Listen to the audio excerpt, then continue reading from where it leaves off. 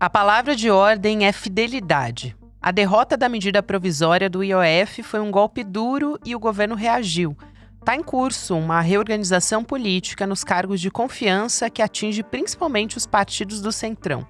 A demissão de indicações do PP, PSD, União Brasil e Republicanos foi o pontapé inicial para recompor a base de apoio do governo que fez a lição de casa. Os votos e as ausências foram mapeados e os então aliados que votaram contra vão ser substituídos em ministérios estatais e superintendências federais em todo o país. Foram 195 votos contra a MP do IOF e 67 ausências. E é nesse grupo que o governo aposta para recompor a sua base. A neutralidade foi vista como um sinal político de cautela para o Planalto, não de ruptura. E dá para apostar numa reaproximação. As primeiras demissões foram os apadrinhados pelo Centrão na Caixa Econômica Federal, Codevasf, IFAM, DENIT e Agricultura. No bonde da exoneração, alguns nomes, apesar da rebelia partidária, podem se manter. Foi assim com o presidente da Caixa, Carlos Vieira, afiliado de Arthur Lira e que tem a simpatia do presidente Lula. A ofensiva pela fidelidade está de olho em 2026 e também nas chamadas pautas-bomba. As próximas exonerações devem acontecer nos Correios e outras estatais. Quem votar a favor, fica. Quem se alinhar contra o governo, sai. Quarta-feira, 15 de outubro de 2025.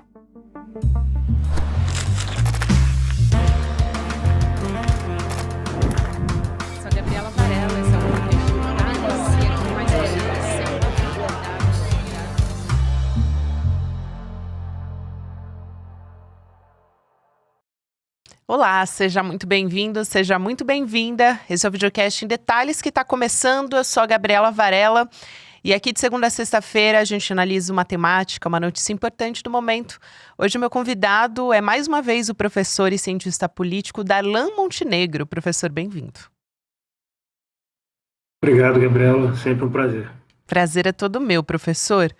Vamos começar dando uma olhada nessas últimas decisões do governo federal. A ministra das Relações Institucionais, a Gleisi Hoffmann, tem o aval do presidente Lula nesse momento para fazer uma faxina no governo. E está fazendo, daqui a pouco eu vou citar alguns desses cargos, mas a justificativa é que não faz sentido que deputados, que parlamentares votem contra o governo sistematicamente, não é algo novo que a gente está falando, e eles permanecem com cargos federais. Todo mundo sabe disso, como eu estou falando aqui, absolutamente não é algo novo. Porque só agora a gente está vendo esse pente fino acontecer, professor. Então, a votação da semana passada, em que o governo foi derrotado acerca dos impostos e tal, assim, não era uma votação qualquer. Assim, faz sentido imaginar que o governo tem uma certa tolerância por conta do fato de que o Congresso é um Congresso hostil, um Congresso no qual o governo é claramente minoritário, então que o governo tem alguma tolerância com eventuais infidelidades, digamos assim. Qual é o problema da votação da semana passada? A votação da semana passada ela significou um aperto orçamentário violento no governo para o ano que vem. E isso esse aperto não é um aperto gratuito, né? Tem uma razão para que esses deputados tenham tomado essa posição. E a razão é que é necessário apertar o governo eleitoralmente, né? Então, quando você toma uma posição como essa, você está cruzando o Rubicão, né? Você já eu estou votando aqui uma coisa porque é importante para a minha base, ou é importante para os financiadores. Uma situação em que esses parlamentares, eu não vou dizer o Centrão, porque não é o Centrão todo, mas esses parlamentares do Centrão que têm cargos no governo, eles dizem, nós vamos trabalhar para o governo ser derrotado no ano que vem. Estamos fazendo isso agora, nesse momento. Você está fazendo isso. Assim, que eles façam isso no ano que vem é normal.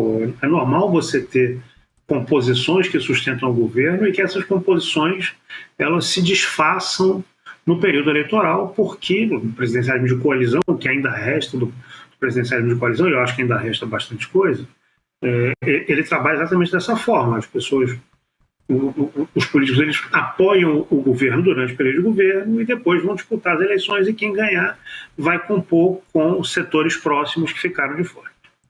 Mas O que esse pessoal resolveu fazer agora foi antecipar a ruptura. Assim, eles já tinham anunciado, né, assim, o União Brasil e outros partidos anunciaram o desembarque do governo. Inclusive, quem ficou no governo está tendo problema porque ficou no governo. Essa votação ela foi um passo além de anunciar o desembarque. Essa votação foi uma iniciativa no sentido de provocar a derrota eleitoral do governo no ano que vem. Ora, se você já está trabalhando para derrotar o governo, você não pode estar no governo. Isso parece bastante óbvio. Então, acho que o Lula estabeleceu aí digamos assim, botou o sarrafo nessa altura. Assim, daqui, não mais. Esse é o limite. Esse é o limite e olhando um pouco para essas demissões, até o momento, porque o governo está fazendo um levantamento ainda desses deputados que votaram contra o governo, relacionando com os cargos, não é uma conta simples, né, professor? Porque tem cargo que já está prometido, etc e tal. Mas a gente sabe até agora que houve demissão de aliado do presidente do PP, Ciro Nogueira, na Caixa, afiliados do presidente do PSD, o Gilberto Kassab, também no Ministério da Agricultura, irmão do líder do União Brasil, o Pedro Lucas, do IPHAN, que é o Instituto do Patrimônio Histórico e Artístico Nacional. Tem uma vice-presidência da Caixa que também estava na mão de bolsonaristas, do PL, na verdade, do Bolsonaro.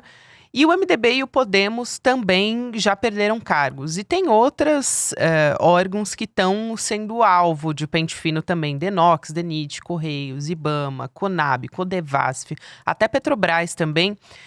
Eu te pergunto até onde podem ir, até onde vão essas demissões e qual é a avaliação do senhor pela escolha também dos locais desses cargos? São lugares, posições que são simbólicas politicamente?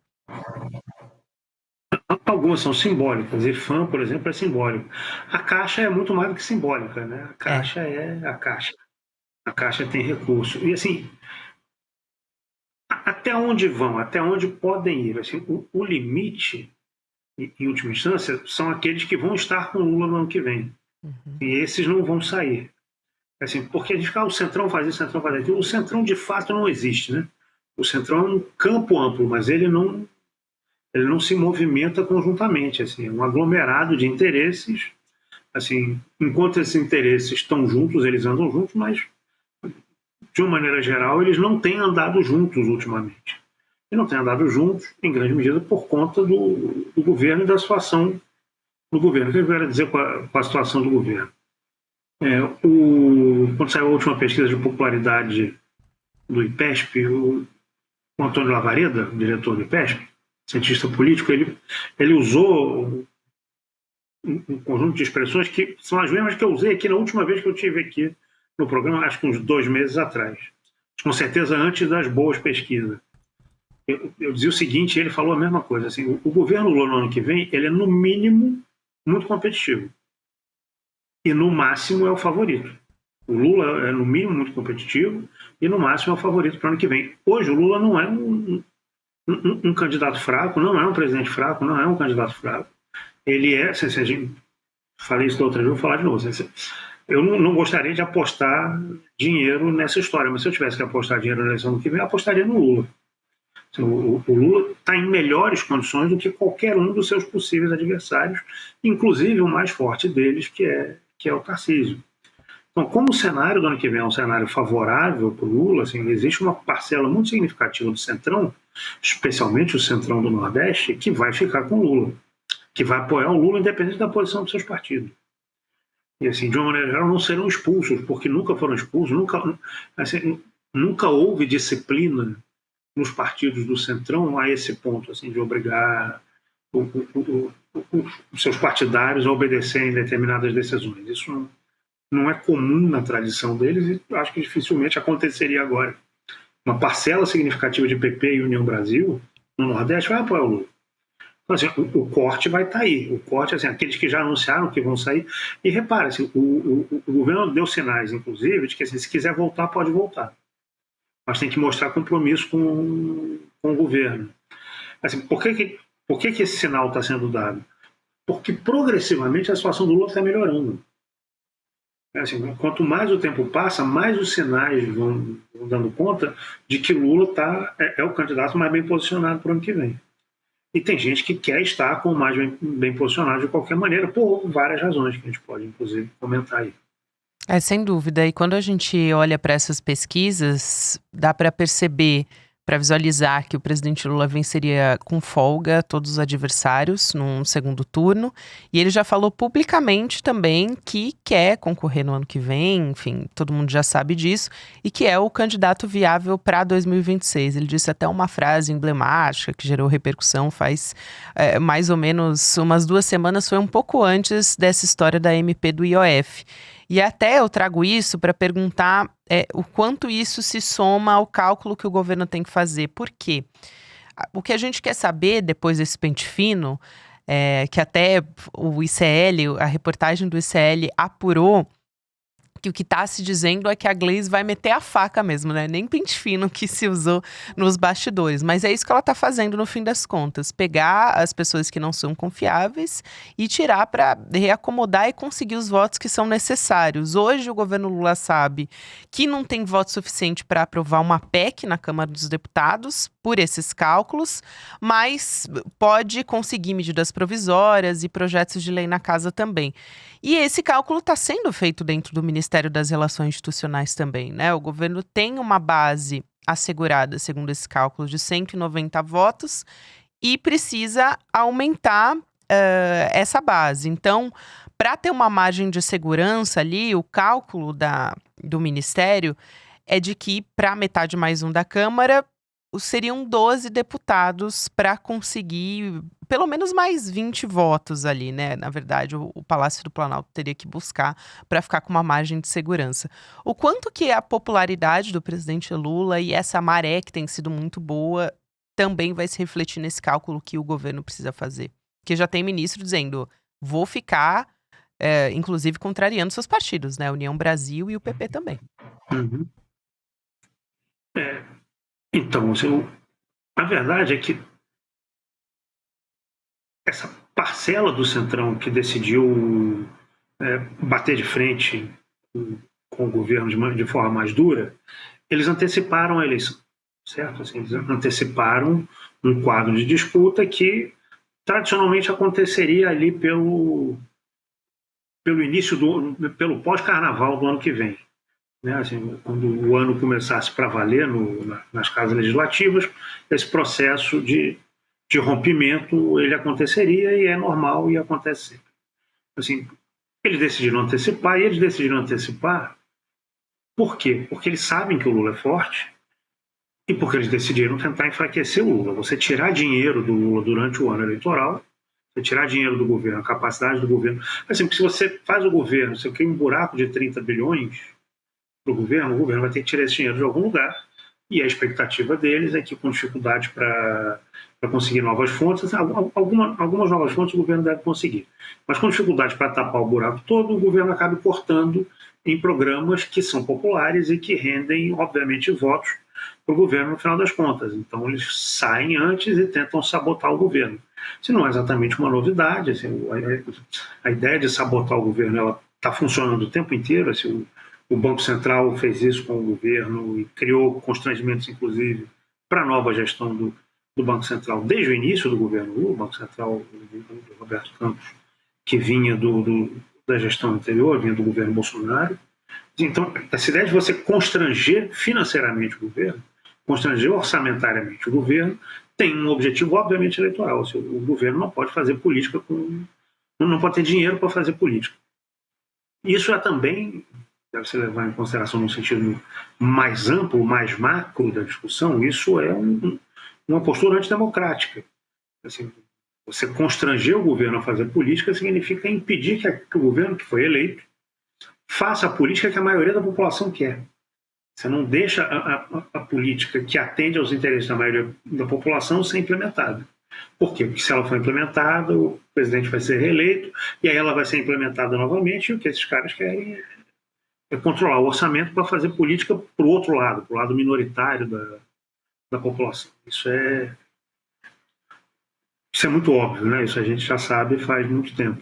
Isso, e professor, trazendo aqui essa questão do orçamento. Primeiro eu quero te perguntar, como que o governo pode compensar essas perdas de arrecadação? E aí tem uma nova investida por parte do governo que está sendo muito alinhada com os parlamentares da base, que é mirar, por exemplo, grandes empresas e bets. Inclusive as bets, elas estavam nessa negociação da MP, o relator negociou deixar fora e nem assim conseguiu aprovar.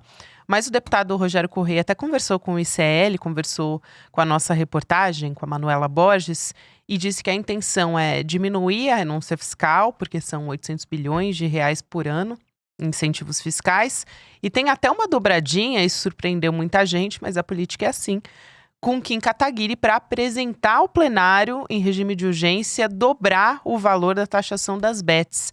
Então, no fim das contas, essa proposta, que já tinha, inicialmente, ela aumentaria a taxação, mas não era tanta coisa, agora tem até um projeto à parte que pode ser maior ainda. Qual que é a viabilidade disso acontecer, imaginando que tem um lobby muito forte nesse sentido, principalmente em relação às bets, tem muito parlamentar alinhado com elas também, mas publicamente é mais difícil, enfim, se colocar a favor publicamente, claro, porque não vai pegar bem para a população, né?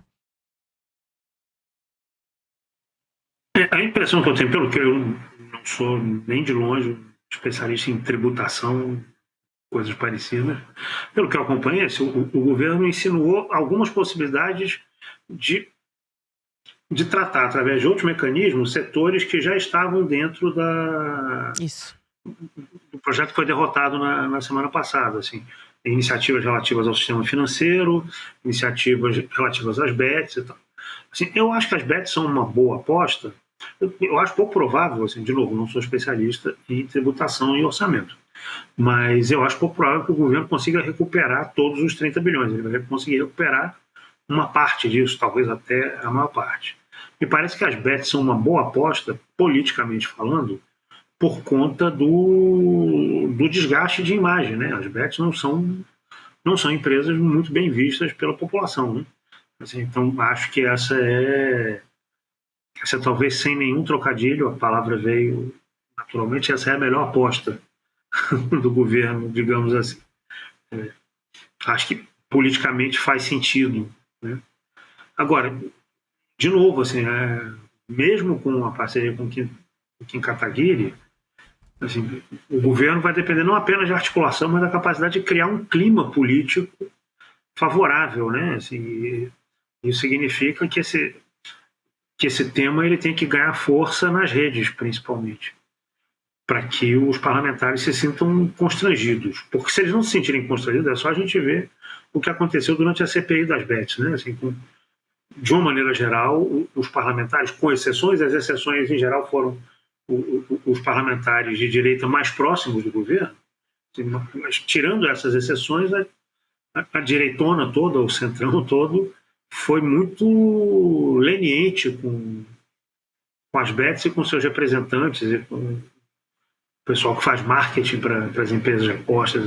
Então, se não houver esse sentimento de pressão, e de novo, a pressão ela é relacionada, ela é tanto mais forte quanto mais próxima a gente está do período eleitoral. Então, assim, de fato, se essa pressão acontecer, eu acho que o governo ganha essa, mas tem que ter repercussão pública. Sem repercussão só com articulação política, eu acho pouco provável. Eu acho isso muito interessante, professor, porque essa é uma pergunta que eu queria te fazer, o quanto tudo isso tem que estar alinhado com pressão popular. Porque, no fim das contas, a aprovação da isenção para quem ganha até R$5.000 por mês foi uma pressão que veio por parte da população, junto com a escala 6x1, junto com outras pautas progressistas, né? E quando a gente olha para esse cenário agora, já tem alguns testes para saber qual é o termômetro depois dessa reorganização, desse pente fino que o governo está fazendo. Então, a base aliada já está calculando enfrentar um primeiro desafio nessa semana, nessa quinta-feira, que é votar o projeto de lei de diretrizes orçamentárias. E tem também a oposição prometendo derrubar os vetos do presidente Lula no PL da devastação. Além de perguntar se essa vai ser a prova de fogo, o quanto também uma pressão popular no sentido do PL da devastação, que é uma pauta que tem muito apelo, e a gente está num ano de COP30 também, poderia instigar, talvez, os parlamentares a se sentirem, talvez, menos... Como é que eu vou dizer isso? Mas não votarem contra a população tão descaradamente como já fizeram esse ano, né, professor? Serem mais constrangidos, né? Exato. Então, eu diria que, na verdade, assim, o que a gente vai ter é o teste de fogo para capacidade de mobilização da população. Uhum. Porque, assim, a gente, nas redes é uma coisa, mas mesmo nas redes, assim, eu vou falar, vale para as duas coisas. Assim, a gente não via manifestações progressistas tão massivas na rua há muito tempo, né? Agora, assim, não foi só a questão da isenção dos 5 mil, né, e da taxação das grandes fortunas. Assim. Foi a primeira vez em muito tempo que a esquerda foi às ruas em torno do tema da corrupção, né? Com a corrupção, a denúncia da corrupção do nosso lado. Né? Assim, a questão central para que houvesse mobilização assim, daquele tamanho, com aqueles artistas. Muitos daqueles artistas não apareciam em uma manifestação de esquerda há muito tempo. Alguns sim, né? O Chico Buarque, sempre. Caetano e Gil também recentemente tiveram, mas muita gente que estava ali não só apareceu porque tinha a PEC da blindagem envolvida. Né? A PEC da blindagem, ela, na minha leitura, foi o principal gatilho de movimentação das ruas. Assim, não estou dizendo isso para desmerecer as mobilizações, mas para dizer assim, nós não podemos confiar que nós recuperamos a nossa capacidade de mobilização como nós tivemos um dia nos anos 80, nos anos 90.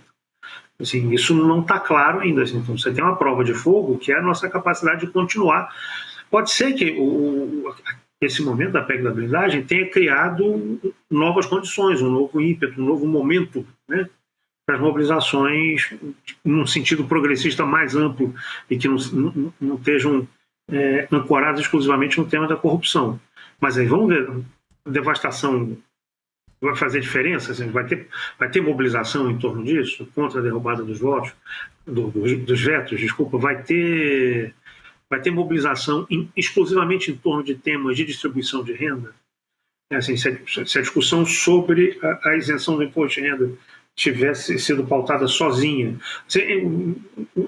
A própria oposição, né, se arrepende de ter juntado as duas discussões temporalmente falando. Né? E ainda mais junto com a anistia, que também não contribuía muito do ponto de vista da construção de uma posição hegemônica para eles em torno desse conjunto de temas. Nesse conjunto de temas, eles ficam mal. Eles tinham que ter trabalhado esses temas isoladamente. Eles trabalharem juntos nos ajudou. Assim, a PEC da blindagem ajudou a alimentar as outras questões. A direita, para o ano que vem, está numa situação muito complicada. Né? Assim, então, nós podemos realmente estar reocupando o terreno do debate público, que sempre foi muito mais nosso do que dos conservadores. Assim, eles tomaram isso durante, mas para o ano que vem a situação deles não é uma situação das mais favoráveis. Assim, pelo contrário. Eles têm dificuldade para definir eles têm dificuldade para definir o candidato. Qualquer candidato, a princípio, perde para o Lula. Isso é uma primeira questão. A outra questão é, você tem uma figura, que é o Eduardo Bolsonaro, ele não está sozinho, tem outras pessoas com ele, assim, que tem um objetivo, talvez, vou usar muitas aspas aqui, que é o objetivo mais puro assim, desse campo da direita. Nós temos que preservar o nosso movimento. O movimento da extrema-direita que eles construíram, que é ideológica, etc. Essa é a posição dele. E é uma posição que não combina com a posição de mais ninguém, nem com o pai dele. Assim, por quê? Qual é o objetivo do pai dele? É que tirem ele da prisão no próximo mandato. O Lula, obviamente, não vai tirar. Então, ele quer alguém que tenha chance de ganhar. O Eduardo não tem a menor chance de ganhar. Um Bolsonaro não terá a menor chance de ganhar. Quem tem alguma chance de ganhar? O Tarcísio. Então, o Bolsonaro quer o Tarcísio. O Centrão, a parte majoritária do Centrão, que não vai para o Lula, quer muito o Tarcísio. Né? Assim, por quê? Porque o Tarcísio é um candidato forte deles. É um candidato com alguma chance de vitória. Bolsonaro quer porque ele tem alguma chance de vitória. O Centrão quer porque ele tem alguma chance de vitória e porque ele é forte de qualquer maneira. Assim, independente de com quem o Lula concorrer no ano que vem, o Lula pode ganhar no primeiro turno. Se for um candidato fraco da direita, o Lula ganha no primeiro turno. Assim, e ganhar no primeiro turno é um desastre para a direita, assim, de vários pontos de vista. É um desastre porque o Lula vai ser muito mais forte, é um desastre também porque isso tem um efeito sobre a eleição de parlamentares. Um candidato da direita forte é importante, ainda mais depois que, na era Bolsonaro, a direita nacionalizou as eleições parlamentares. Quem fazia isso tradicionalmente era a esquerda. A direita ia sempre, vamos discutir as questões aqui do meu reduto eleitoral. A direita nacionalizou com o Bolsonaro, é tudo ideologia. Todo debate é ideológico, todo debate é nacional. Se eles tiverem um candidato fraco no ano que vem, o Lula puxa para o debate nacional e elege um monte de gente. E aí e no meio disso tudo você tem o Tarcísio. Assim, eu acho que, do ponto de vista do Tarcísio, a melhor coisa é continuar no governo de São Paulo. É muito melhor do que sair candidato para perder para o Lula, para provavelmente perder para o Lula. Mas o Bolsonaro quer que ele saia, pela chance que ele tem de ganhar, e o Centrão quer que ele saia porque ajuda a eleger mais parlamentar. Sair com o Ratinho Júnior não é um bom negócio. Tarcísio é um bom negócio. Para o Tarcísio, o bom negócio seria garantir 4 anos de mandato. Assim, ele pode ficar 4 anos sem nada. E sem nada é tipo assim, o Lula fica 4 anos sem nada. O Lula fica 12 anos sem mandato, com 2 anos na cadeia, volta e é eleito novamente. O Tarcísio não é isso, né? O Tarcísio, 4 anos sem mandato, um monte de gente ultrapassa ele. A situação para a direita no ano que vem é muito difícil. E isso complica essa lógica parlamentar. Né? Assim, por exemplo, o Eduardo Bolsonaro está querendo criar um movimento que pode ser contrário ao pai dele. Assim, isso é uma ameaça séria de que os caras vão divididos para o ano que vem. Mais uma vez, Lula forte. Lula forte é um polo de atração. Eles estão tentando enfraquecer o Lula. A votação da semana passada foi uma votação para enfraquecer o Lula candidato, principalmente. Esse é o objetivo. Mas, ainda assim, o Lula segue sendo o favorito e é o principal polo de atração para o ano que vem.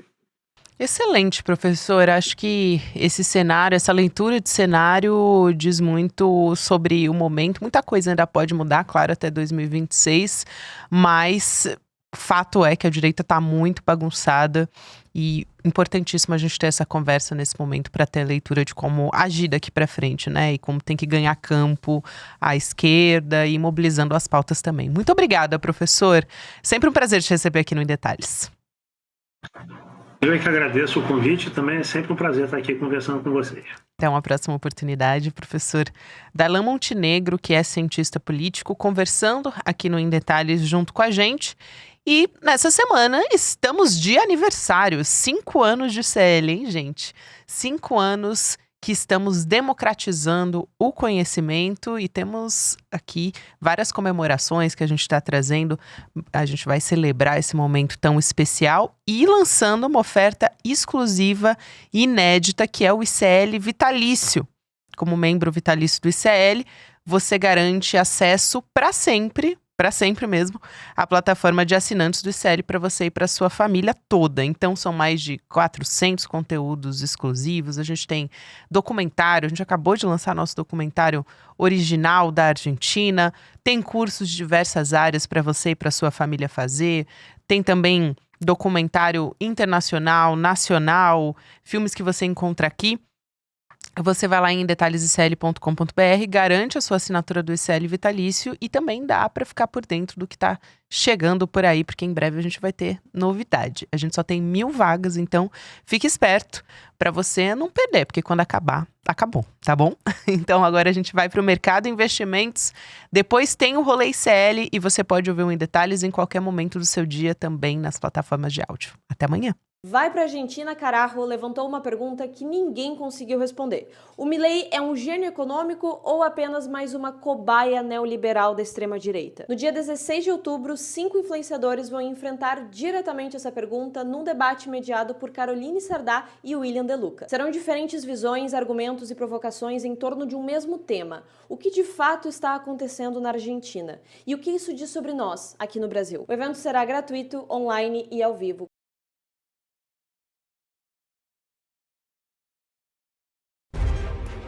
Olá, olá, olê, olê, olê, olá. Eu sou o Lindener Pareto, historiador, e tenho um convite especial para vocês para acompanharem o Provocação Histórica aqui nos canais do Instituto Conhecimento Liberta. Toda quarta-feira, às 7 da noite, logo após o ICL Notícias segunda edição, convidados e convidadas que ajudam a gente a pensar o passado, a criticar o presente e a projetar alternativas de futuro para um Brasil diferente, para um mundo diferente. E se no cotidiano dificílimo do trabalho você perdeu o episódio inédito, não se preocupe, você pode assistir também toda quinta-feira a reprise, logo após o Rolê CL, ao 12h30. Venha pro Provocação Histórica.